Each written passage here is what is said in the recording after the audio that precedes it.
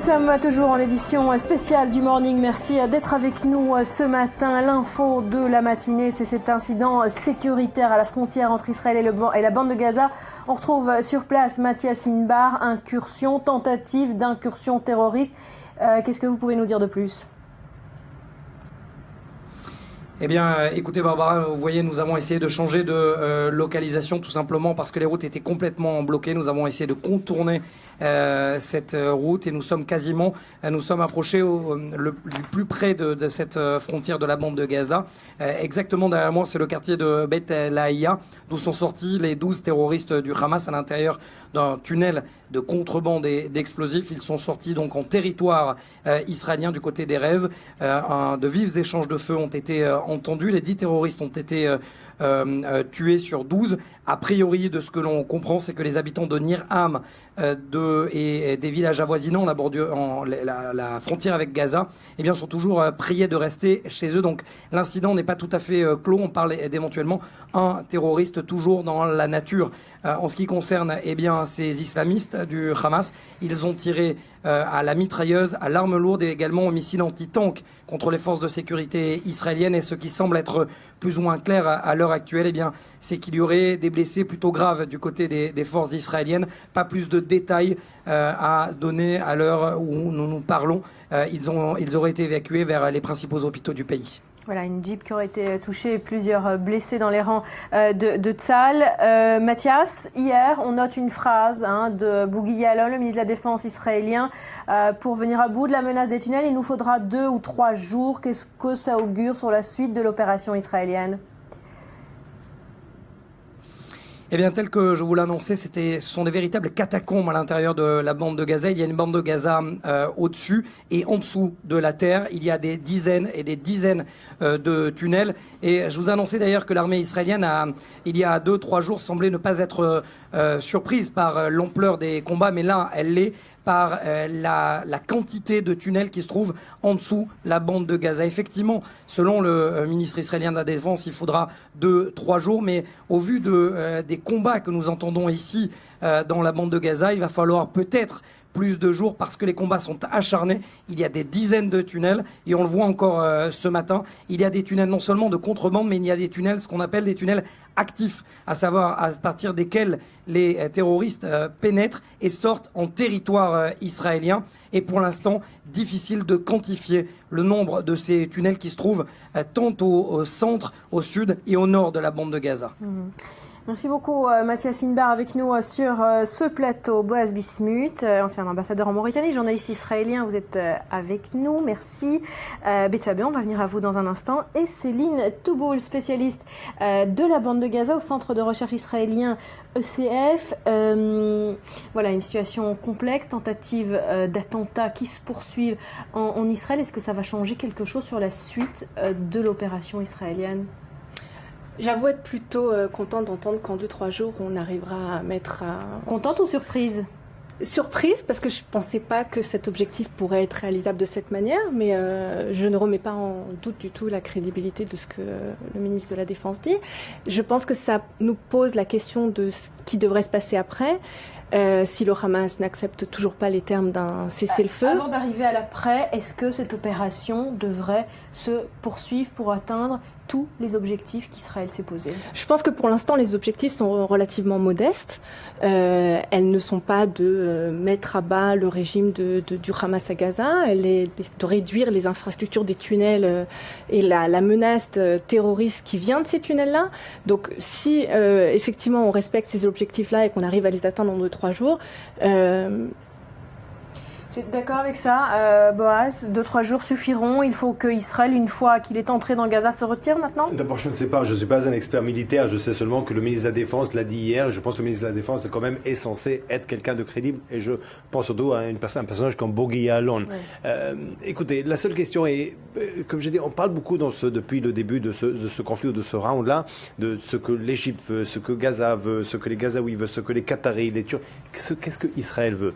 Et par rapport à les ambitions d'Israël, on peut savoir si dans 2-3 jours, éventuellement, c'est réalisable ou pas. Si évidemment les tunnels, c'est le combat, et d'après ce qu'on nous dit, c'est beaucoup plus complexe que cela. Et c'est pour ça, comme votre invité, moi aussi, je suis surpris de penser qu'en 48 heures, si c'est tellement grave, si c'est tellement complexe, s'il n'y a même pas de solution technologique contre un arme qui est déjà quand même très très ancien. Vous savez, le combat par tunnel a été pas inventé hier. Donc comment est-ce que c'est possible en 2 jours? Mais d'un autre côté, ça vous montre aussi un petit peu cette déclaration du ministre de la Défense israélienne de la volonté d'Israël d'atteindre son objectif qui est un cessez-le-feu, et ça a été fait avant même le début de l'opération terrestre. Est-ce que pour le moment, ce qu'est en train de faire Tzahal, c'est aussi payer le prix des 2 anciens rounds de violence, de ce que Olmert n'a pas fait jusqu'au bout, de ce que Binyamin Netanyahu, deuxième mandat, n'a pas fait jusqu'au bout? C'est-à-dire ne pas entrer dans Gaza ou entrer trop peu? Non, je ne pense pas que le problème de ce qui s'est passé dans les opérations précédentes a été qu'on n'a pas été jusqu'au bout. Parce que qu'est-ce que ça veut dire aller jusqu'au bout? Ça veut dire supprimer le Hamas. Je ne pense pas que c'est un objectif réalisable. Le Hamas, s'il est poussé jusqu'au bout, éventuellement il va rentrer underground et attendre le moment propice pour revenir. Je pense que ce qui n'a pas été suffisamment fait avant, c'est d'élargir l'enveloppe d'un cessez-le-feu, de répondre plus aux sources de tension qui existent entre Gaza et Israël, qui sont essentiellement liées à la frustration de la population d'avoir aucun moyen de se développer, d'être le dos au mur, et donc finalement donne légitimité au Hamas de recourir à la violence, parce que c'est le seul moyen que le Hamas connaît pour se faire entendre. Feu, est-ce qu'il tiendra sur le long terme, ou est-ce qu'on ne va pas revenir à un nouveau round de violence si le Hamas reste au pouvoir dans 2 ou 3 ans, dans le meilleur des cas? Je pense que pour un cessez-le-feu, pour qu'il soit durable, il faut effectivement qu'il aborde et qu'il réponde à ces sources de tension. Donc il faut qu'il inclue toutes sortes de mesures qui répondra à ces facteurs de tension, l'ouverture des frontières, permettre du blocus israélien sur Gaza. Exactement. Il faut qu'Israël accepte. Je pense qu'il faut qu'Israël accepte, mais non, je pense qu'elle peut le faire sans récompenser le Hamas. Elle peut le faire en donnant ça à l'autorité palestinienne et au gouvernement qui a été créé sous l'autorité de Mahmoud Abbas.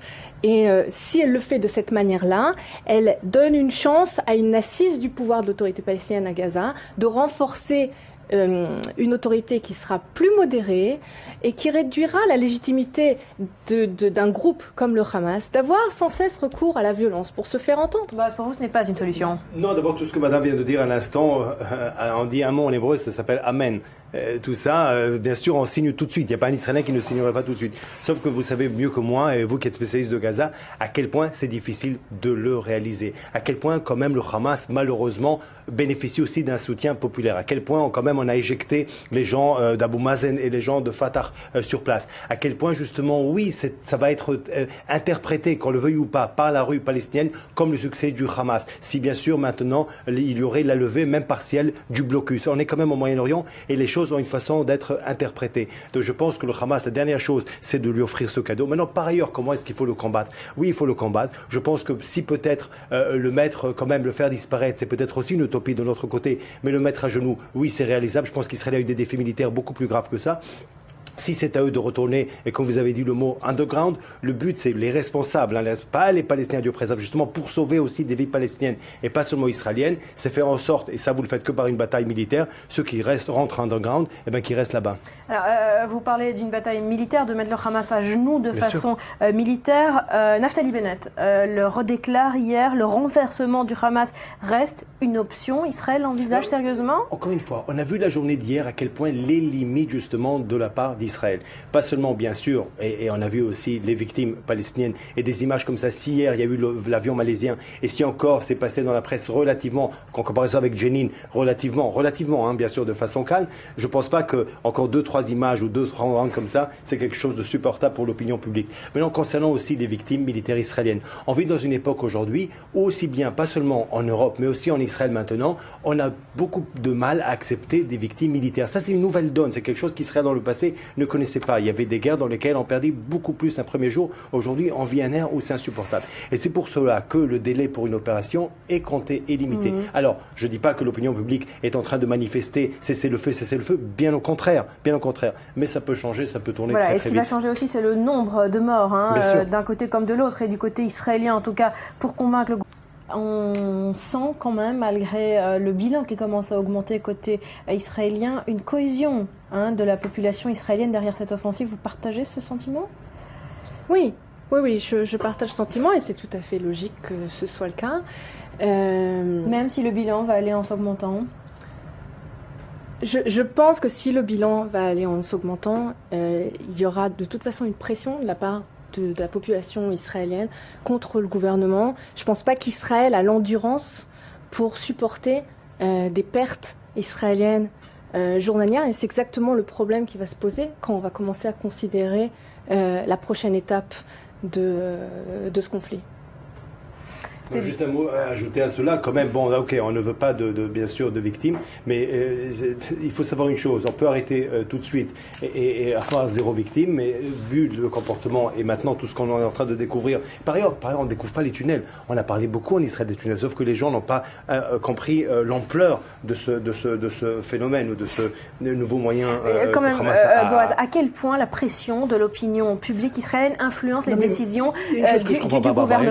On est en train maintenant de parler de pression qu'il n'y a pas encore, mais on ne parle pas de soutien comme cette maman que vous venez d'interviewer. C'est ça ce qui est dingue dans ce conflit. On vient de commencer une opération militaire. Bien sûr, on est peiné. Aujourd'hui, il y aura encore des enterrements et tout le monde le déplore évidemment. Sauf que bien sûr, nous avons un Hamas qui est isolé. Nous avons des soldats blessés. On a vu hier les médecins, les chirurgiens qui disaient qu'ils n'avaient qu'une seule volonté, c'est de retourner sur le champ de bataille. On voit une population, on voit justement un gouvernement israélien de droite qui a montré tout le long de cette opération une retenue avant même le début. Et on a, et ça, il suffit de sortir, vous avez des reporters qui aillent dans les rues d'Israël pour voir un petit peu, et de Tel Aviv aussi, pour voir justement le soutien que l'armée, que le gouvernement a dans cette opération.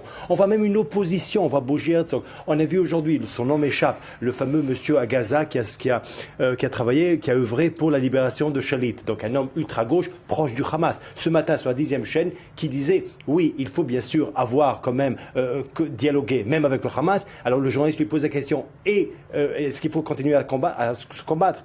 Il dit, mais évidemment, bien sûr, aujourd'hui. Donc, je pense que pression, etc., on n'est pas encore là. Vous précipitez les choses. Pour l'instant, on voit une cohésion nationale. Pour l'instant, pour le Moyen-Orient, pour les Israéliens et aussi pour la population palestinienne, il faut quand même combattre et mettre Hamas à genoux. Et même pour ceux qui veulent peut-être Abou Mazen qui prennent un petit peu plus de responsabilité dans la bande de Gaza. Et on le souhaite bien sûr. Évidemment, le débat fait rage sur ce qu'il faudra faire après. Pour le moment, les combats continuent sur le terrain et on compte les morts, on l'a dit, d'un côté comme de l'autre. On compte les blessés également. On va retrouver à l'hôpital Tel HaShomer Leslie Rezoug. Est-ce que vous avez des chiffres à nous confirmer ce matin sur le nombre de soldats présents dans cet hôpital de la banlieue de Tel Aviv ? Eh bien, pour le moment, il y aurait 15 soldats traités ici à l'hôpital Shiba de Tel HaShomer. 11 sont arrivés hier et cette nuit, 6 d'entre eux seraient arrivés, 2 dans un état assez grave, mais malgré tout stable ce matin, comme nous l'a confirmé le porte-parole de l'hôpital. Les 4 autres sont légèrement à moyennement blessés. Ils auraient reçu des tirs, ils seraient victimes d'explosions, de tirs de missiles, mais malgré tout leur état n'est pas inquiétant et les responsables de l'hôpital nous ont assuré que tout était fait pour soigner les patients, les soldats, dans les plus brefs délais. Leslie, est-ce que cet hôpital de Tel HaShomer a une particularité pour qu'Israël décide d'y envoyer un grand nombre de ses soldats blessés ?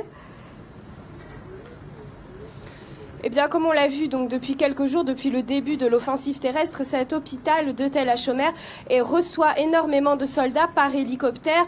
Ils sont envoyés ici pour se faire soigner, car il s'agit du plus gros centre médical de tout le Moyen-Orient, qui dispose des infrastructures particulièrement de pointe pour traiter, pour soigner les soldats. Le directeur de l'hôpital Zev Rotskin nous disait qu'une unité traumatique de grande ampleur était disponible ici à Tel HaShomer, ce qui permet de soigner les soldats tout en continuant de recevoir les patients habituels de la région de Tel Aviv. Autre point à signaler, l'armée et les responsables de l'hôpital sont en contact permanent et l'armée décide de disséminer le plus possible les blessés parmi les soldats entre divers hôpitaux, dont celui de Beersheva, d'Ashkelon et celui-ci, qui sont les principaux hôpitaux du pays, pour permettre un traitement rapide. À chaque hélicoptère qui arrive, c'est 5 ou 6 soldats qui peuvent être emmenés dans cet hôpital de Tel HaShomer pour y recevoir des soins les plus rapides et les plus efficaces possibles. Merci beaucoup Leslie, je me tourne à présent vers vous. Betsabé, on passe en revue les grands titres de la presse étrangère ce matin sur ce qui se passe ici.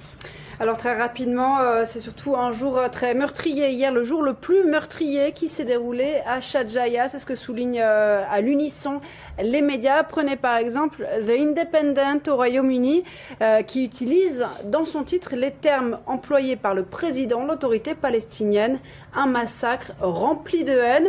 Le quotidien britannique qui explique que les Palestiniens parlent d'un assaut sanglant, un assaut qui laisse derrière lui des corps qui jonchent les rues, des immeubles détruits, un assaut qui aurait été motivé par la mort de 13 soldats israéliens. L'Independent qui néanmoins nous éclaire sur les raisons données par Israël de cet assaut.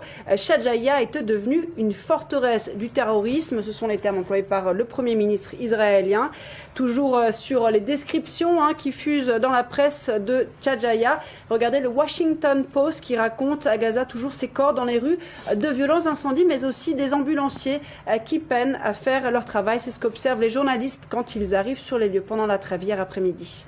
Voilà, et puis on va juste regarder peut-être quelques photos dans cette guerre d'images publiée par la presse. Quelques photos, par exemple, Paris Match, regardez, un jour sanglant, ce titre avec cette illustration des Palestiniens qui marchent pieds nus au milieu des débris. L'un d'entre eux peut être blessé. Paris Match qui précise qu'il y aurait, selon le directeur de l'hôpital de Shifa, 17 enfants, 14 femmes et 4 personnes âgées parmi ces victimes. Alors Boaz, le mot de la fin, on a parlé de la pression de l'opinion publique qui n'existe pas encore. Est-ce que la pression de la communauté internationale face à ces images va, elle, ressurgir? Non, il est clair qu'Israël n'aura pas le soutien de la communauté internationale. Ça veut dire, on a vu, j'étais correspondant à Paris entre 2000 et 2004, lorsqu'il y avait la deuxième intifada. Je voyais cette formule assez magnifique, comment d'un côté vous aviez le manque de personnalisation de la victime israélienne et parfois on allait tellement loin, presque une glorification du kamikaze, du genre qu'est-ce qu'il a d'autre à faire. Donc bien sûr qu'on ne peut pas trouver un soutien, sauf que, et je le dis encore, en comparaison avec 2002, parce que c'est quand même quelque chose que l'on voit très bien, y compris l'autorité palestinienne essaye de faire, donc montrer ça comme un massacre. La seule chose, encore une fois, moi j'ai pas besoin du monde. Pour nous Israéliens, déjà ces images sont difficiles, on n'a pas besoin du monde. La preuve, regardez les chaînes israéliennes, combien elles en parlaient le jour où il y avait 4 victimes palestiniennes, toute la matinée, les chaînes pendant 4 heures en parlaient que de ça. On n'a pas besoin du monde pour savoir ce qui est bon à faire et ce qui n'est pas moral. Et là, justement, quand on voit ces images, la seule chose qui manque dans la presse internationale, c'est de rappeler un petit peu et de mettre un peu plus, accentuer le fait qu'on utilise ces citoyens comme boucliers humains. Ça, c'est un crime de guerre. C'est Hamas qui le fait. Et par ailleurs, quand on fait quand on fait la revue de presse, je suis aussi très curieux de savoir combien de titres, par exemple, la presse mondiale a consacré, par exemple, à la communauté chrétienne à Mossoul qui fuit et qui a peur réellement d'un massacre contre elle. Mais ça, très franchement, peut-être 2 phrases. Merci beaucoup Boaz, merci beaucoup Céline Touboul d'avoir été avec nous ce matin. Merci Betsabé. Restez avec nous, on se retrouve dans 2 petites minutes.